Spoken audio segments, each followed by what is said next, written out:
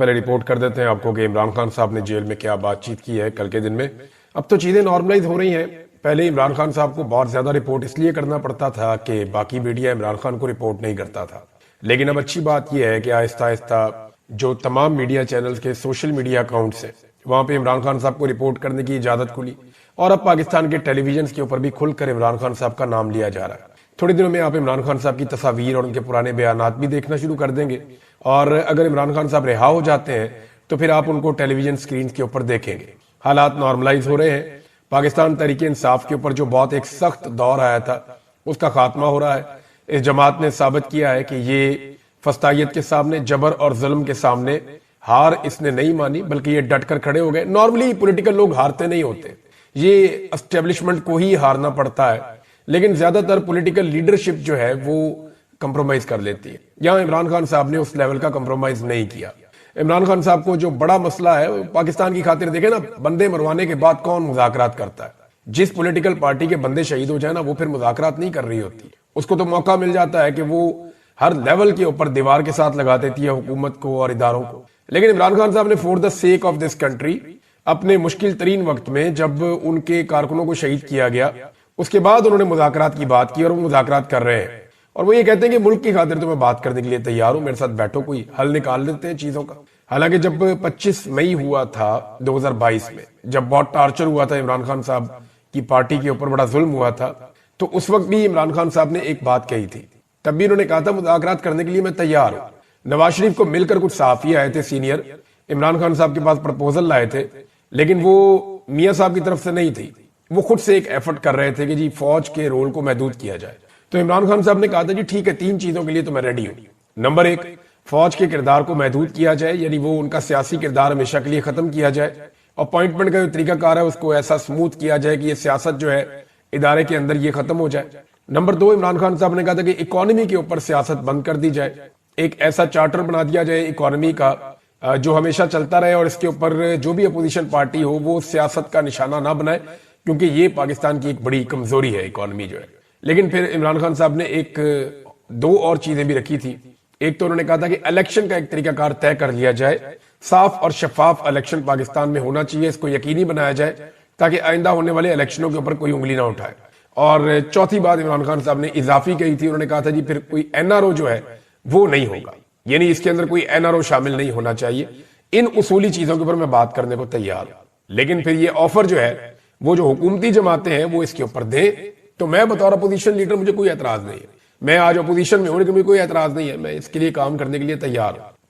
اب عمران خان صاحب نے جو اڈیالہ میں میڈیا سے بات چیت کی اس میں انہوں نے کہا کہ سب کو نیا سال مبارک، حقیقی آزادی کا سال ہے جس میں گھٹنوں پر آئے اس جعلی اور فسطائی نظام کو شکست ہو جائے گی انشاءاللہ۔ ساتھ انہوں نے بولا اس آمرانہ دور میں شخصی آزادیوں کے خاتمے، بنیادی قانونی حقوق کی پامالیوں اور اداروں کی تباہی نے ملک کے نہ صرف سماجی اور سیاسی نظام بلکہ قانونی اور معاشی نظام کو بھی درم برم کر دیا ہے۔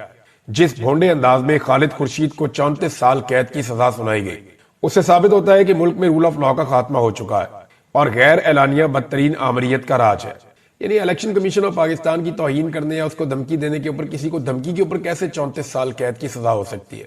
عمر قید بھی 14 سال کی ہوتی ہے، یا تو پھانسی ہو جاتی ہے یا عمر قید ہو جاتی ہے۔ عمر قید بھی جو ہے وہ 14 سال کی ہوتی ہے، یہاں ایک جج نے 34 سال کی سزا سنا دی ہے، تو کیسے ہم اس عدلیہ کو آزاد عدلیہ کہہ سکتے ہیں؟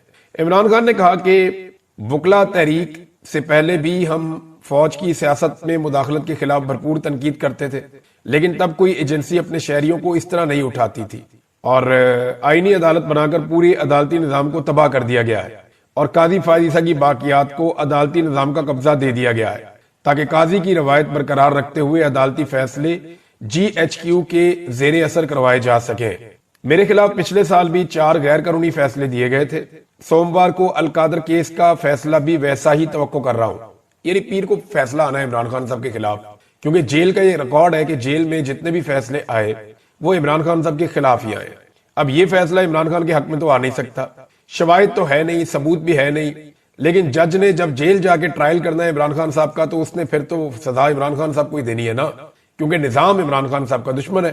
لیکن اس وقت نظام پھنسا ہوا ہے کہ اس آدمی کو باہر کیسے نکالنا ہے، یہ بھی ایک پرابلم ہے، اور یہ پرابلم کا جو ریزن ہے وہ یہ ہے کہ جو بائیڈن کی سپورٹ پیچھے سے ہٹتی جا رہی ہے۔ جو بائیڈن کی سپورٹ ہٹنے کا مطلب جب میں کہتا ہوں نا آپ کو کہ جو بائیڈن کی سپورٹ ہٹ رہی ہے، اس کا مطلب ہرگز یہ نہیں ہے کہ ڈونلڈ ٹرمپ آئے گا اور آ کر کہے گا عمران خان کو جیل سے باہر نکالو. ایسا نہیں ہے. اس مداخلت کے تو ہمیں خلاف ہونا چاہیے کہ کسی کو جیل میں ڈالنے کے لیے یا نکالنے کے لیے امریکنز کا یا دنیا کے کسی بھی ملک کا کوئی رول نہیں ہونا چاہیے. لیکن انسانی حقوق کا معاملہ جو ہوتا ہے وہ کسی بھی ملک کا اندرونی معاملہ نہیں ہوتا، وہ ایک بین الاقوامی معاملہ ہوتا ہے. اس کے اندر کوئی بھی بات کر سکتا ہے. جیسے آپ دنیا کے کسی بھی ملک میں کوئی بھی ظلم ہوتا ہے تو اس کے خلاف آپ بات کر سکتے ہیں، یہ آپ کا حق ہے کیونکہ وہ انسانی حقوق کا معاملہ ہے. اب جب جو بائیڈن پیچھے سے ہٹ جائیں گے تو جو انسانی حقوق کی خلاف ورزیاں پاکستان کی حکومت نے اور اسٹیبلشمنٹ نے کی ہیں، ان کے نتیجے میں ان کو بہت لمبے چوڑے جواب دینے پڑیں گے. انہیں بتانا پڑے گا کہ ہم نے یہ زیادتیاں کیوں کی. دیکھیں، یہ زیادتیاں پاکستان تحریک انصاف کے اوپر ذرا زیادہ ہوئی ہیں.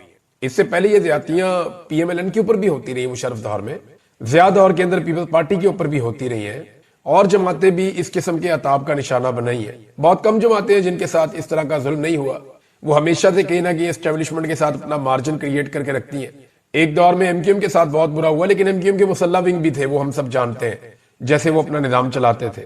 لیکن وہ بنے بھی کیسے تھے یہ بھی ہم جانتے ہیں. ان کو بنانے والے کون تھے یہ بھی ہم جانتے ہیں. تو دودھ کی دھلی ہوئی پاکستان کی اسٹیبلشمنٹ نہیں ہے. آپ کوئی بھی پاکستان کا معاملہ اٹھاتے ہیں، کہیں نہ کہیں جڑیں جا کر یہاں پہ اسٹیبلشمنٹ کے ساتھ مل جاتی ہیں. اب معاملہ یہ ہے کہ ٹرمپ کے آنے سے تو عمران خان صاحب نے باہر نہیں آنا. جو بائیڈن کے جانے سے جو انسانی حقوق کی خلاف ورزیاں پاکستان نے کی ہیں، ان کا جواب مغرب کے سامنے دینا پڑے گا. جواب کیوں دینا پڑے گا؟ اس کی وجہ یہ ہے کہ پاکستان اپنی واحد جو منافع بخش ٹریڈ ہے وہ مغربی ممالک کے ساتھ کرتا ہے. چائنا کے ساتھ تو ہم خسارے میں فی الحال کرتے ہیں، یا انڈیا کے ساتھ بھی آپ کی ایسی ٹریڈ نہیں ہے. سینٹرل ایشیا میں بھی آپ کی کوئی اتنی اچھی تجارت نہیں ہے. تو پھر اس کے بعد عمران خان صاحب کا ایک سٹیٹمنٹ جاری کیا جائے گا ان کے اپنے سوشل میڈیا سے، ایکس اکاؤنٹ سے. لیکن اب تک ہمارے پاس جو انفارمیشن ہے جو انہوں نے باہر آ کر بتایا وہ میں آپ کو بتایا. تو ایک انہوں نے کہا جی کہ 4 ہفتے سے عمران خان صاحب بتا رہے ہیں کہ انہیں کسی کو ملنے نہیں دیا گیا.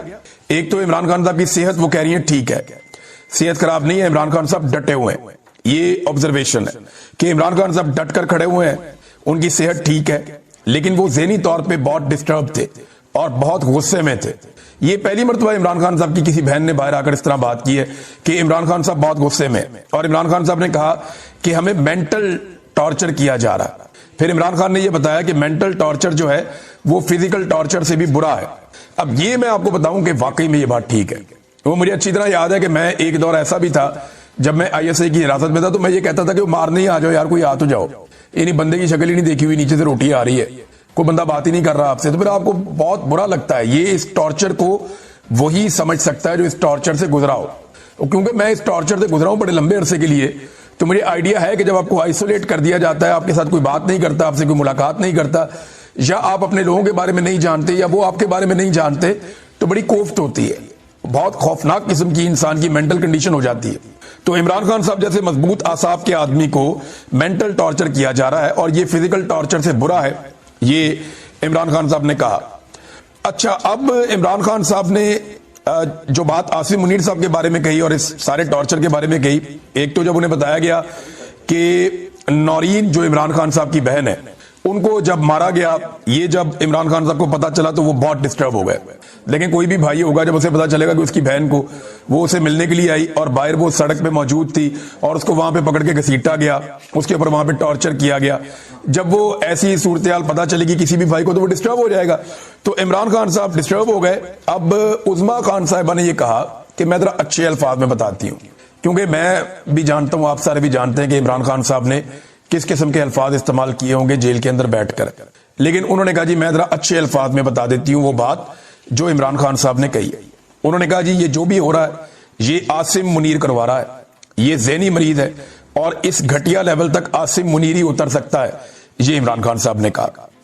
پھر انہوں نے کہا دیکھیں نا آپ نورین خانم کی آپ عمر دیکھیں کہ وہ ایک عمر رسیدہ خاتون ہے اور بڑی جنٹل سی خاتون ہے، وہ تو کسی کو کچھ کہتی بھی نہیں ہے اور زیادہ اگریسو بھی نہیں ہے، کوئی ایسی بات بھی نہیں کرتی.